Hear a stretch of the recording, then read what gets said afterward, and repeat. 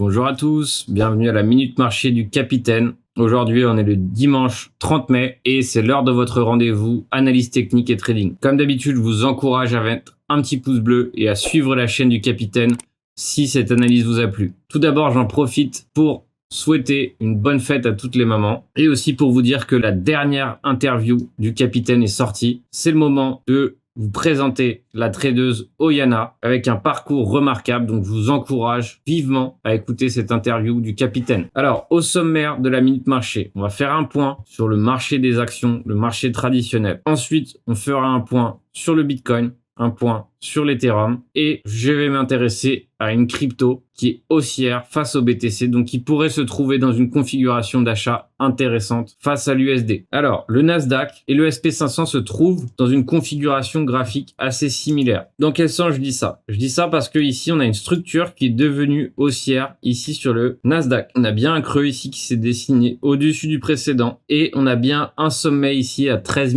730 points au-dessus du précédent ici qui était à 13 430. On a bien récupéré une structure haussière.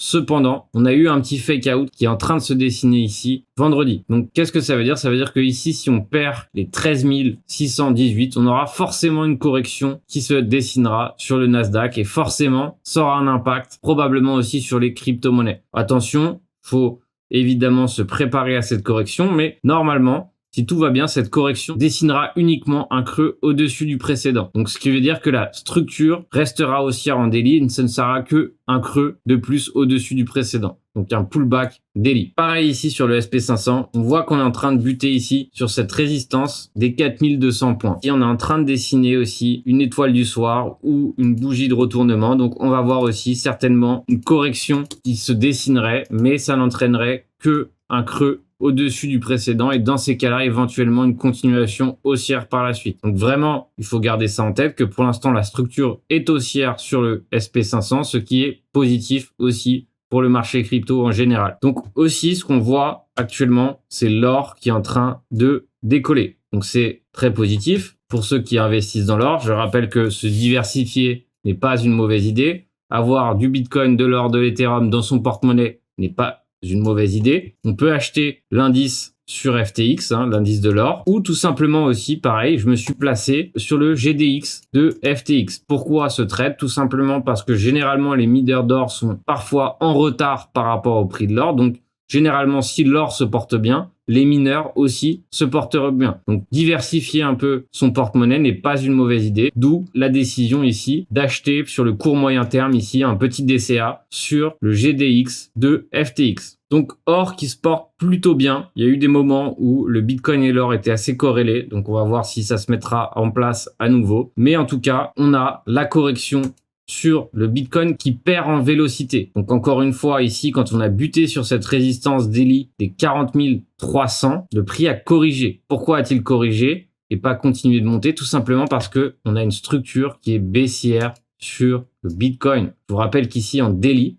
on est baissier. Tant qu'on n'aura pas une structure haussière qui se dessine ici sur le Bitcoin, l'achat sera en contre-tendance. Donc, comment je sais qu'on a perdu en vélocité sur cette correction baissière? C'est que ici, on voit bien qu'on a une divergence haussière qui est en train de se créer sur le RSI. Donc, comme vous pouvez le voir ici, on a un creux au-dessus du précédent sur le RSI. Et ici, on a une clôture ici qui s'est faite équivalente à celle du 24 mai.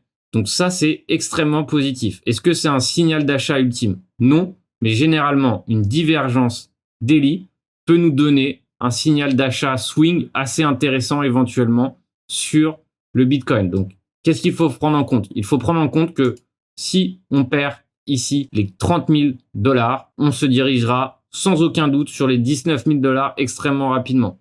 Donc, quoi qu'il arrive, si on prend un trade à l'achat, il faut être prêt à avoir une invalidation. Et mon invalidation, elle est claire, c'est un franchissement des 30 000 $. Si vraiment on franchit les 30 000 $ et que je prends un trade à l'achat en swing, peu importe ce qui se passe, je sortirai immédiatement de ce trade. Donc, pour ma part, c'est un signal que je cherche à avoir ici, une divergence haussière. On a éventuellement une englobante qui est en train de se dessiner en daily. Pour ma part, je pense que la vente est en train de se calmer et qu'il faut maintenant se diriger du côté d'un éventuel swing haussier. Donc, quoi qu'il arrive ici, on a une bonne résistance ici sur les 40 700. Si on arrive à s'affranchir des 40 700 à la hausse, qu'est-ce qu'on aura? On aura un super signal d'achat. Pourquoi? Parce que si on arrive à franchir ici, et ça nous donnera un retournement de tendance haussier en daily. Donc ça voudra dire que sur le court terme, la tendance daily sera redevenue haussière. Donc ici, on a réussi à dessiner, pour l'instant, évidemment, les prochaines bougies nous donneront des confirmations sur ce que j'avance. Mais si vraiment, ici, on arrive à créer un creux au-dessus du précédent, il n'y aura plus qu'à créer un sommet au-dessus du précédent pour que la tendance redevienne haussière en daily. Mais attention, bien que ça soit positif que la tendance redevienne haussière en daily, je rappelle que la structure est toujours haussière en weekly. Donc quoi qu'il arrive, peu importe combien de temps ça dure en daily, ça finira par recorriger violemment pour évidemment, éventuellement retourner cette structure haussière weekly. Donc c'est important de le comprendre pour comprendre que finalement ici, si on achète ici, on n'ira pas chercher les 65 000 $ demain. Un changement de structure weekly peut mettre des semaines avant de se mettre en place. Donc quoi qu'il arrive ici, c'est un petit swing, c'est un swing qui éventuellement, où j'irai éventuellement chercher les 40 000 $ si tout se passe bien. Encore une fois, j'ai une invalidation qui est claire sur les 30 000. J'ai ici une première zone de décharge, on va dire, sur les 40 000 $. Et évidemment, la target ici, c'est 40 000 $. Pourquoi 40 000 $? On va voir que déjà, visuellement, on peut très bien voir que c'est une belle zone de support. Ici, ça a servi de support. Une fois, deux fois, ici légèrement aussi. Mais surtout, on va voir avec Fibonacci. Je vais prendre maintenant Fibonacci et je vais prendre le début du bull run ici, le début du mouvement haussier. Donc, je considère que ce mouvement haussier a démarré ici le 24 août 2020 jusqu'au haut du mouvement haussier. Donc là, comme on peut le voir, on est au-dessus de la zone des 61,8. Regardez ici, 61,8 correspond parfaitement avec le support des 30 000 $ qu'on a évoqué. Alors maintenant, si je prends Fibonacci du haut du mouvement baissier au bas du mouvement baissier, qu'est-ce que je vois? Je vois des zones de convergence. Comme on peut le voir ici, on a bien les 38,2 de ce mouvement baissier qui convergent avec les 38,2 de ce mouvement haussier. Donc, c'est une superbe zone de convergence qui correspond parfaitement avec le support qu'on a évoqué ici précédemment.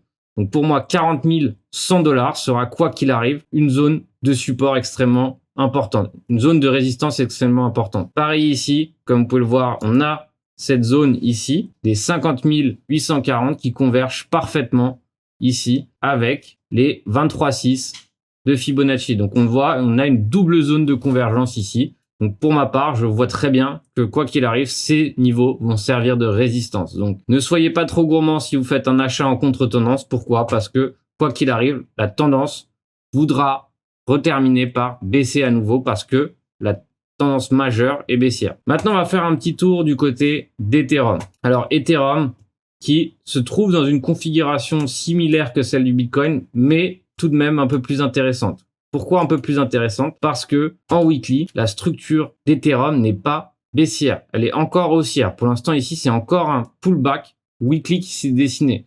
Donc, comment deviendrait cette structure? Combien cette structure pourrait devenir baissière? Tout simplement si, par exemple, ici, on aurait un sommet qui se dessine en weekly et un creux en dessous du précédent. Et dans ces cas-là, on aurait une structure baissière. Mais on n'en est pas là sur Ethereum. Donc, sur Ethereum, pour l'instant, on est sur un pullback weekly, ce qui est extrêmement positif. Donc, si je prends le début de ce mouvement haussier jusqu'à ici, on est maintenant pile sur les 0,5 de Fibo, ce qui est extrêmement positif parce que c'est une consolidation sur la zone de rechargement. Donc en daily, on peut voir ici que c'est pareil. Ici, on voit que le momentum baissier commence tout simplement à s'affaiblir. Donc c'est aussi très positif. Et qu'est-ce qui est très positif pour moi? C'est ça.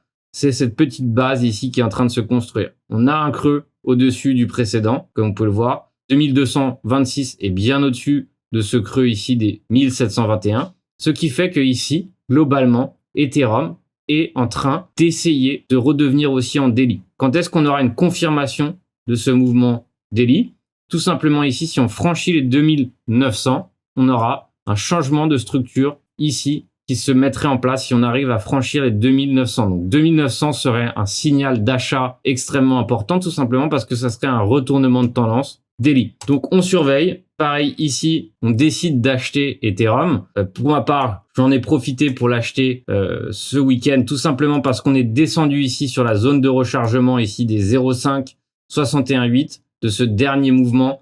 Donc pour moi, c'était un signal d'achat, c'était un point d'entrée intéressant. Pourquoi? J'aime ce genre de point d'entrée parce que j'ai une invalidation qui est claire. Je reviens ici. Pourquoi j'ai une invalidation claire? Tout simplement parce que si on franchit les 1657, je n'ai plus rien à faire dans ce trade. Pourquoi? Parce que finalement, ça me prouvera que la tendance ici a envie de continuer à baisser et j'ai pas envie de rester dans ce genre de trade. Donc j'ai une invalidation qui est claire. Si on franchit ici les 1720 à la baisse, je n'ai pas envie de rester dans le trade. Donc là, pour l'instant, j'ai, on va dire, une invalidation claire et éventuellement ma première target se trouverait ici sur les 2900, mais surtout, au moins aller chercher le haut de ce mouvement. Donc pour l'instant, ça me fait un trade qui est extrêmement intéressant. Zone de rechargement, parfait pour un DCA.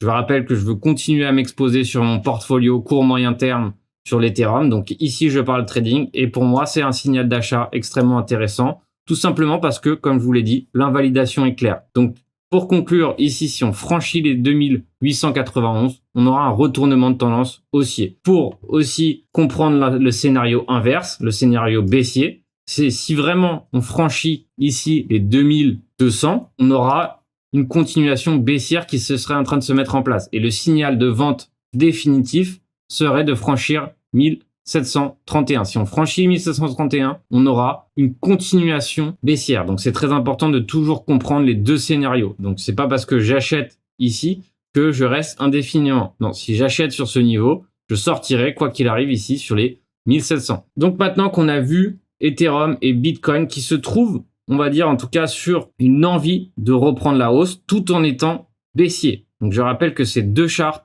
sont encore baissiers en daily. Donc si on achète, on est en contre-tendance. On va voir maintenant une crypto qui m'intéresse. Pourquoi? Parce qu'elle est haussière face au BTC. Donc c'est le HNT.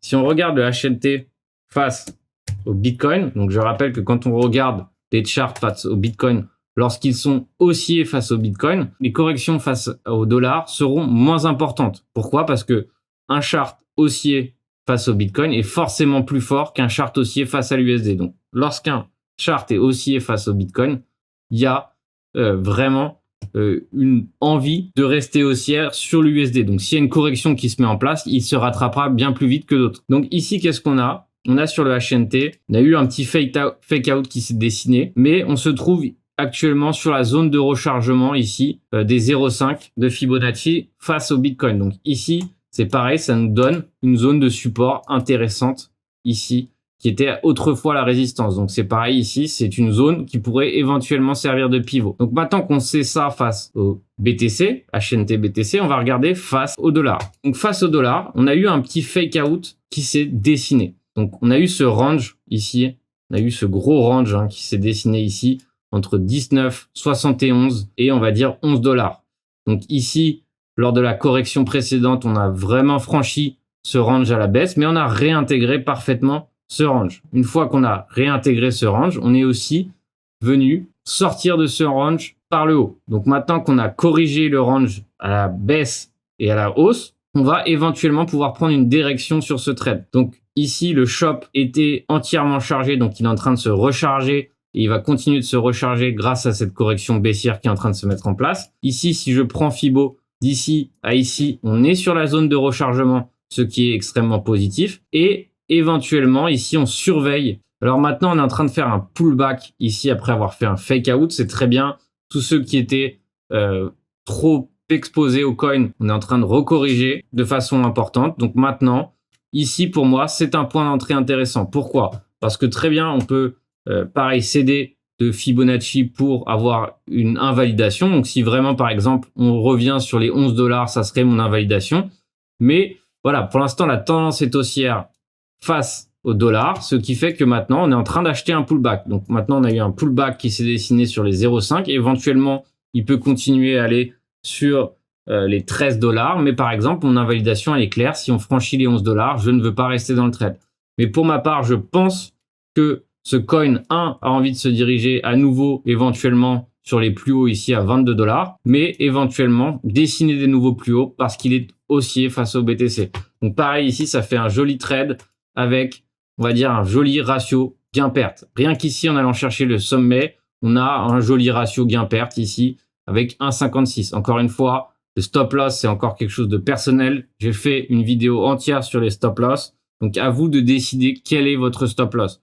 Ayez en tout cas toujours une invalidation. Donc pour conclure ici, c'est un joli trade ici. C'est un des seuls coins encore haussiers face au dollar. Donc c'est encore rare. Hein. La plupart des altcoins sont maintenant pareil en structure baissière face au dollar. Ce qui fait que finalement, forcément, ils auront beaucoup plus de mal à récupérer et qu'en achetant, on est largement en contre-tendance. Donc je rappelle aussi que j'ai sorti la newsletter pro avec deux formats. Le pro classique, hein, donc où vous recevez une newsletter par semaine, et le pro premium. Donc, quelle est la différence entre le pro classique? Donc, la newsletter pro, c'est tout simplement vous recevez une newsletter une fois par semaine avec des analyses techniques, des focus sur des stratégies, des tutos, des focus sur des coins avec des analyses fondamentales, et l'abonnement premium qui tout simplement vous donne droit d'accéder à un Discord privé uniquement réservé au premium. Donc ça, c'est pour ceux qui veulent aussi approfondir sur la newsletter, poser des questions,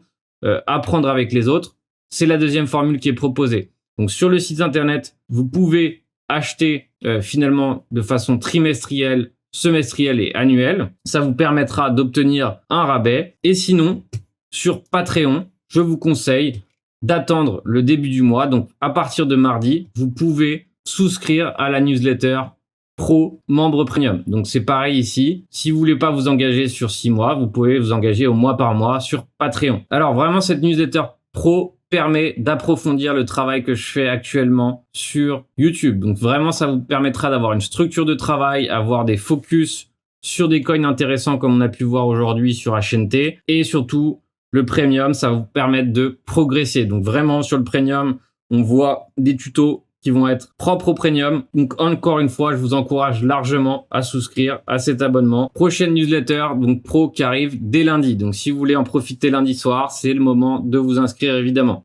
7 minutes marché est maintenant terminé. Donc pour conclure, on a vraiment une vélocité qui est en train de se mettre en place. On a vraiment une diminution de la puissance baissière qui est en train de se mettre en place, mais on doit conserver les 30 000 $ pour le Bitcoin, tout simplement parce que sinon, ça nous enverrait directement vers 20 000 $. Pareil sur Ethereum, on ne veut pas perdre les 1 700 $. Sinon, pareil, on aurait une continuation baissière qui se mettrait en place. On a très peu de coins qui sont haussiers, c'est pour ça que j'ai sélectionné le HNT. Et comme d'habitude, je vous encourage à mettre un pouce bleu et à suivre la chaîne du Capitaine. Donc maintenant, je vais reprendre les analyses techniques sur des coins. Donc si vous voulez voir votre coin analysé la semaine prochaine ou à la prochaine minute marché, je vous invite à le mettre en commentaire. Bon trading à tous, bon dimanche à tous, bonne fête des mères et on se revoit très bientôt.